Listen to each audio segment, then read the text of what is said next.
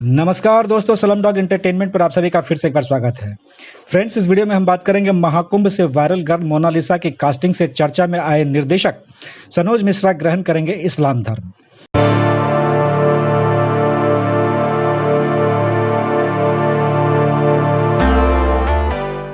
जी हाँ फ्रेंड्स, महाकुंभ से चर्चा में आई मोनालिसा को अपनी film the diary of Manipur में कास्टिंग करने वाले निर्देशक सनोज मिश्रा इस्लाम धर्म स्वीकार करने वाले हैं। ये जानकारी उन्होंने स्लम डॉग एंटरटेनमेंट को एक वीडियो जारी करके दी। झूठे बलात्कार के आरोप से बरी होने के बाद फिल्म निर्देशक सनोज मिश्रा ने वीडियो द्वारा जारी बयान में कहा कि अगर आरोपी वसीम रिजवी और उनके साथियों को गिरफ्तार नहीं किया गया तो परिवार के साथ अयोध्या जाकर इस्लाम धर्म ग्रहण कर लेंगे। आइए देखते हैं पूरा वीडियो और जानते हैं क्या है पूरा मामला। नमस्कार देशवासियों, मैं फिल्म डायरेक्टर सनोज मिश्रा।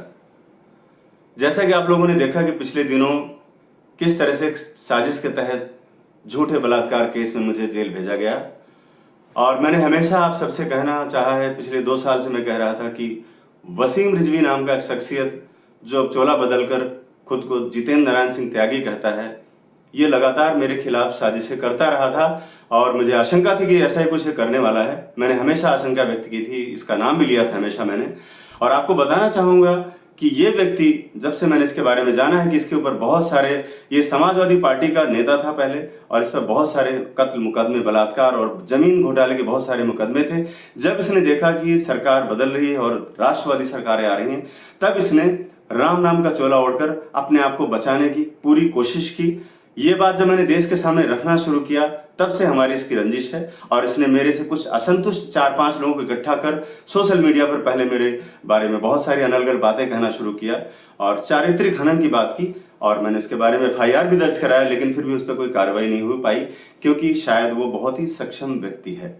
दूसरी बात ये कहना चाहूंगा मैं आपसे आज कि मैं एक सनातनी हूं और मैंने अभी तक जो अपनी फिल्में बनाई हैं, चाहे काशी टू कश्मीर हो, चाहे राम की जन्मभूमि हो, चाहे the diary of West Bengal हो, मैंने बड़े बेबाक तरीके से सारी चीजें उठाई हैं। देश के जो ज्वलंत मुद्दे जिन पर कोई बात नहीं करना चाहता है, उनको मैंने बड़ी ही निडरता से लाने की आपके सामने कोशिश की है, क्योंकि मैं बचपन से जिस राष्ट्रवादी धारा से जुड़ा रहा हूं, मैं संघ से जुड़ा रहा हूं बचपन से, और वो विचारधारा मेरे अंदर है। मैं किसी को दिखाने के लिए, अपने आप को हाईलाइट करने के लिए, या मैंने कोई स्मैक तो बेचता नहीं कि मैं अपने जुर्म को छुपाने के लिए, मैं किसी को खुश करने के लिए या राजनेता बनने के लिए मैं ऐसा करता हूं। नहीं, ये मेरे खून में, मेरी आदत है, मेरे संस्कार है। और मैंने अभी तक जो फिल्में की हैं, चाहे उसमें मेरा घर जलाया गया हो, मैंने किसी से कभी कोई शिकायत नहीं की। मुझे जान से मारने की कोशिश की गई, मैंने कभी किसी से कुछ नहीं मांगा।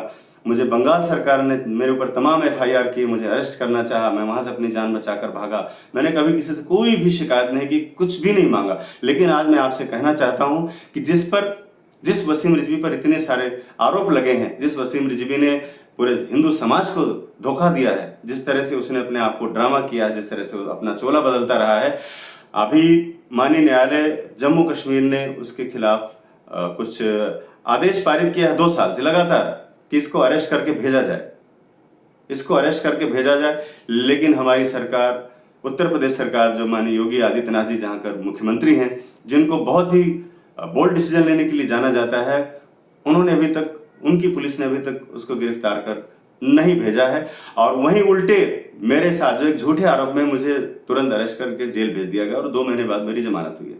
माननीय न्यायालय के आदेश का मैं पालन कर रहा हूं। और जो उन्होंने जिस तरह से इन लोगों पर FIR दर्ज करने की बात कही है माननीय न्यायालय ने, मैं चाहता हूं देशवासियों, दिल्ली सरकार हमारी अपनी सरकार है, लेकिन यहाँ की जो पुलिस है बहुत भ्रष्ट है। जो एक भुक्तभोगी वो सब जानते हैं। कहीं ऐसा ना हो कि माननीय न्यायालय ने आदेश तो कर दिया है कि इस पर कार्रवाई की जाए, वसीम रिजवी और उसके साथियों पर, क्योंकि उसने मेरे पर झूठे आरोप लगवाए। पुलिस दबाव में आकर, क्योंकि वो सक्षम आदमी है, पैसे वाला आदमी है, और बहुत सारे घोटाले करके उसने बहुत सारी जमीन यहां से लेकर दुबई तक इकट्ठा कर रखी, मॉल और बहुत पता नहीं क्या क्या होंगे। तो आप ये समझ सकते हैं कि पुलिस दबाव में आ सकती है।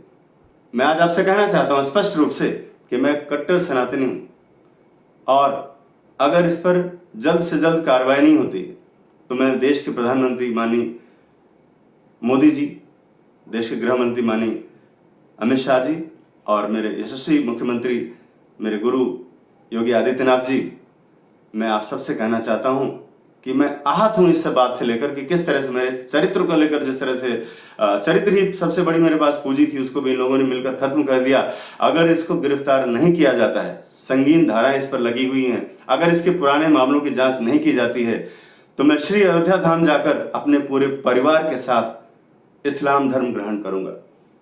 क्योंकि जब सनातन में कोई मेरा सुनने वाला ही नहीं है, मैं किसी से कुछ मांग भी नहीं रहा हूं, लेकिन इंसाफ मांग रहा हूं। अगर मेरे साथ इंसाफ नहीं होता है, अगर ये अरेस्ट नहीं होता है, तो मैं पूरे परिवार के साथ अयोध्या धाम जाकर भगवान श्री राम के चरणों में अपना सर रख दूंगा और मैं इस्लाम ग्रहण करूंगा, ताकि मुस्लिम भाई मेरा सपोर्ट तो कर सकें, साथ तो दे सकें।